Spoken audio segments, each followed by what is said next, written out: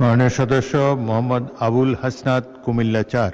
নারী ও শিশু নির্যাতন পূর্বের ৬ মাসে ছিল ১০,০৯০ জন, এটি এই ৬ মাসে হয়েছে ১১,১৬৫ জন। পুলিশের এইভাবে রামেসা থেকে শুরু করে রংপুরের ইদানিং ৪টা যে হত্যা হলো সেই পর্যন্ত সমস্ত কিছু দ্রুততম। মাননীয় সদস্য মোহাম্মদ আবুল হাসনাত, কুমিল্লা ৪। ধন্যবাদ মাননীয় স্পিকার। মাননীয় স্পিকার, এই সরকার ক্ষমতা ফেব্রুয়ারি ১৭ তারিখ শপথ গ্রহণ করেছে। এর পূর্বের ৬ মাসে ইন্টারিম গভর্নমেন্টের সময় প্রতিদিনে হত্যা হয়েছে, প্রতি মাসে হত্যার গড় ছিল ২৬০ জন, যেটা বর্তমানে ৩১১ জন। এই সরকার ক্ষমতা গ্রহণের পূর্বের ৬ মাসে খুন হয়েছে ১৭৮০ জন, যেটা এই সরকারের ৬ মাসে খুন হয়েছে ১৭৮৯ জন। নারী ও শিশু নির্যাতন পূর্বের ৬ মাসে ছিল ১০,০৯০ জন, এটি এই ৬ মাসে হয়েছে ১১,১৬৫ জন। পুলিশের উপরে হামলা হয়েছে ২৭৫টি, যেটি এই সরকারের প্রথম ৬ মাসে হয়েছে ৩১৭টি।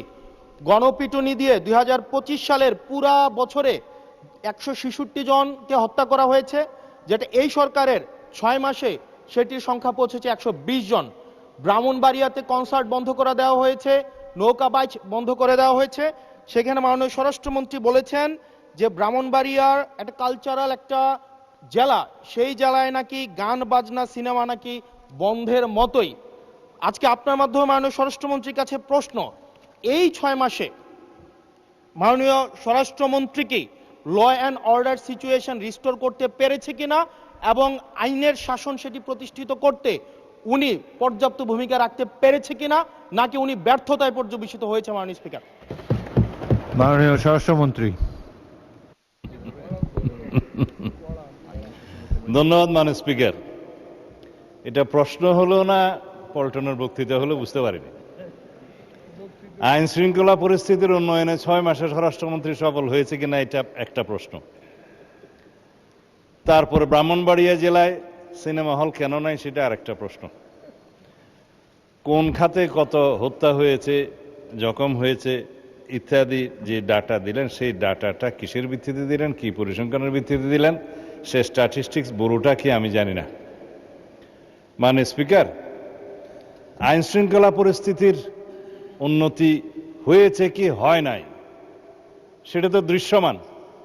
বাংলাদেশে আজ পর্যন্ত বর্তমান সরকার দায়িত্ব নেওয়ার পর থেকে এই মুহূর্ত পর্যন্ত যত হেনিয়াস ক্রাইম হয়েছে, অপরাধ সংগঠিত হয়েছে, ২৪ ঘন্টা ৪৮ ঘন্টা ক্ষেত্র মতো ৭ ঘন্টার ভিতরে অপরাধী গ্রেপ্তার হয়েছে, আইনের আওতায় আনা হয়েছে। এবং সামাজিকভাবে যে কোনো স্পেসিফিক ঘটনা যদি আপনারা বলতে পারেন, সেই স্পেসিফিক ঘটনা আমি ৩০০ বিধিতে বিবৃতি দিতে পারবো। আজ পর্যন্ত সামাজিক চাহিদার ভিত্তিতে এবং যেগুলো আলোচিত হয়েছে, যেগুলো আলোচিত হয়ও নাই, সেরকম যেগুলো ঘটনা অপরাধ সংগঠিত হয়েছে, সেটা সমাজের চাহিদার ভিত্তিতে সংক্ষিপ্ত সময়ের মধ্যে যাতে বিচার কার্য সম্পন্ন হয় সেজন্য আমরা সহযোগিতা করেছি। বিচার করার তো জুডিশিয়ারির কাজ।